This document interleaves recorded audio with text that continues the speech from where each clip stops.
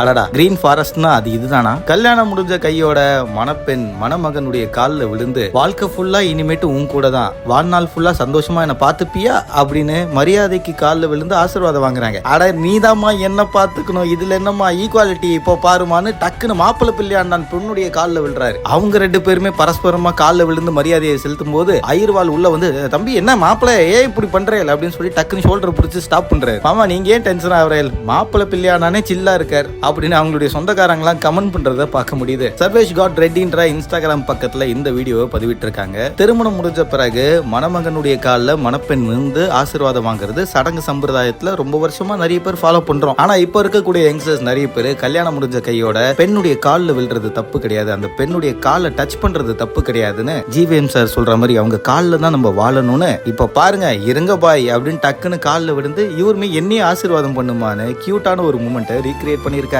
Best friends வந்து கல்யாணம் பண்ணிக்கிட்டா எப்படி அந்த பூரிப்பு இருக்குமோ அந்த மாதிரி தான் இவங்களுடைய வெட்டிங்கும் இருக்கு. இவங்க கல்யாணம் பண்ணது நிஜமாலே கிரீன் பிளாக் கிடையாது, ஒரு கிரீன் ஃபாரஸ்ட்னு சொல்ற மாதிரி இந்த வீடியோ இணையத்துல வைரலா ஷேர் ஆயிட்டு இருக்கு. காலில் விழும்போது கூட அந்த பொண்ணு காலை தொடாம இருக்காங்க, காலத்தோட ஏதோ தொடரம் பாருங்க அப்படின்னு தொட்ட உடனே இருங்க பாய் நானும் தொடுறேன் அப்படின்னு மாறி மாறி காலில் விழுந்து ஆசீர்வாதம் வாங்குறாங்க. இந்த வீடியோ உங்களுடைய விருப்பமான தோழிகளுக்கோ இல்ல தோழனுக்கோ ஷேர் பண்ணுங்க. இந்த வீடியோ பத்தி உங்களோட கருத்துக்களை தினேஷாக என் கூட கமெண்ட்ல தெரிவிங்க. மறக்காம பிக் நியூஸ் சேனலுக்கு சப்ஸ்கிரைப் பண்ணுங்க. வட்டா.